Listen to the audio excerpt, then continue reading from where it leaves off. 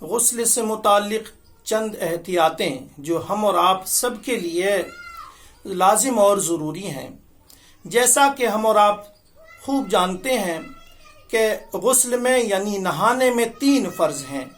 پہلا فرض اگر روزہ نہ ہو تو کلی غرارے کے ساتھ کرنا، اور اگر روزہ ہے تو کلی میں غرارہ نہ کرنا۔ دوسرا فرض ناک میں نرم جگہ تک پانی کا پہنچانا، اور تیسرا فرض سر کے بالوں سے لے کر پیر کے تلوے تک ایسے پانی بہانا کہ کوئی جگہ سوکھی نہ رہے۔ اس میں کچھ بے احتیاطیاں یا جلد بازی میں ایسا ہو جاتا ہے کہ ہم توجہ نہیں دے پاتے اور غسل کر لیتے ہیں۔ بہت سی بار ایسا ہوتا ہے کہ ہم سمجھتے ہیں کہ ہم نے صحیح طریقے سے غسل کر لیا، مگر وہ غسل ہمارا مکمل نہیں ہوتا ہے۔ تو سب سے پہلے یہ سمجھ لیں کہ جو پہلا فرض ہے کلی غرارے کے ساتھ کرنا، اگر روزہ نہ ہو تو، یا روزہ ہو تو کلی بغیر غرارے کے کرنا، تو کلی اس طریقے سے کرنا کہ منہ کے ہر کونے ہر پرزے میں پانی پہنچ جائے، دانتوں کی جھڑکیوں میں پانی آر پار ہو جائے۔ اگر دانتوں میں کوئی چیز پھنسی ہوئی ہے، سبزی کا ریشہ، گوشت کا ریشہ، یا مسوڑوں پر یا تالو پر کوئی روٹی چپکی ہوئی ہے، بسکٹ وغیرہ لگا ہوا ہے، تو اس کے لیے پہلے صاف کر لینا، اور پھر کلی اس طریقے سے کرنا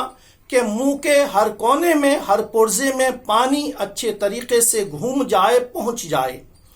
دوسرا جو فرض ہے ناک میں نرم جگہ تک پانی کا پہنچانا،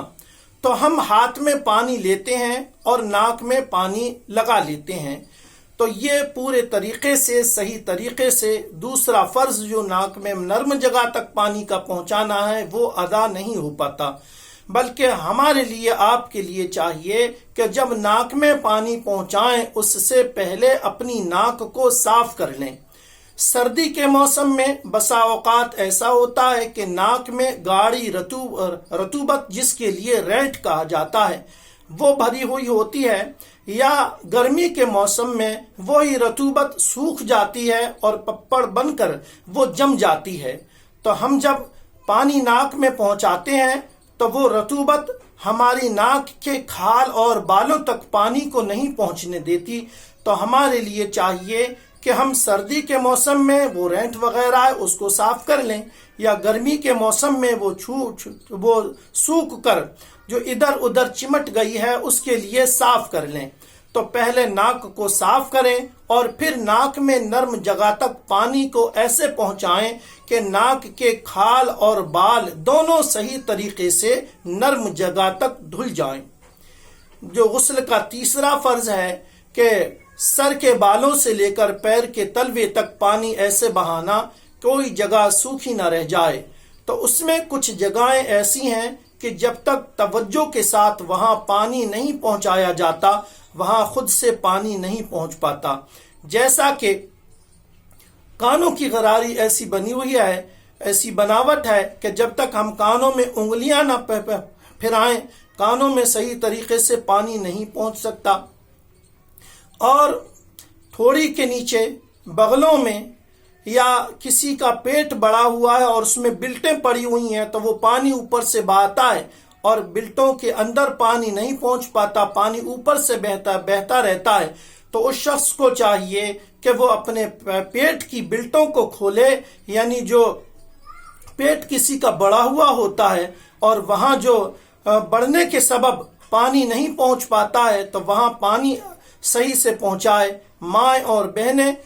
جو ان کا سینہ سامنے کی طرف لٹکا ہوا ہوتا ہے تو اس کے نیچے بھی پانی کا پہنچانا فرض ہے۔ بیٹھ کر غسل کر رہے ہیں تو دونوں رانوں کے درمیان گھٹنے کے نیچے یہاں پانی نہیں پہنچ پاتا، تو یہاں بھی توجہ کے ساتھ میں پانی پہنچانا چاہیے۔ مرد حضرات اگر انگوٹھی کوئی ایسی پہنے ہوئے ہیں کہ جو کچھ سخت ہے، خود سے پانی وہاں نہیں پہنچ سکتا، تو ان کے لیے انگوٹھی آگے پیچھے کر کے وہاں پانی پہنچانا چاہیے۔ عورتیں کان میں زیور پہنتی ہیں، ناک میں پہنتی ہیں، پیروں کی انگلیوں میں پہنتی ہیں، جہاں جہاں وہ کچھ پہنے ہوئے ہیں، اور وہ زیور اگر سخت ہے ایسا کہ جہاں خود سے پانی نہیں پہنچ سکتا ہے تو اس جگہ پر توجہ کے ساتھ اس زیور کو آگے پیچھے کر کے گھما پھرا کر پانی کا پہنچانا یہ لازم اور ضروری ہے۔ سمجھ لینا چاہیے کہ جب تک سارے جسم کے کسی بھی حصے میں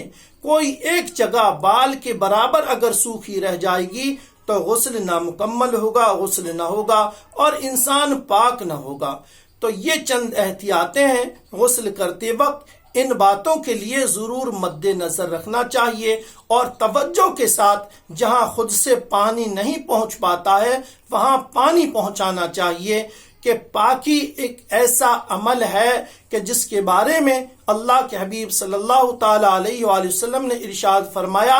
پاکی نصف ایمان ہے، یعنی پاکی آدھا ایمان ہے۔ جو شخص پاک نہیں ہوتا ہے اس کی نماز شروع ہی نہیں ہوتی ہے،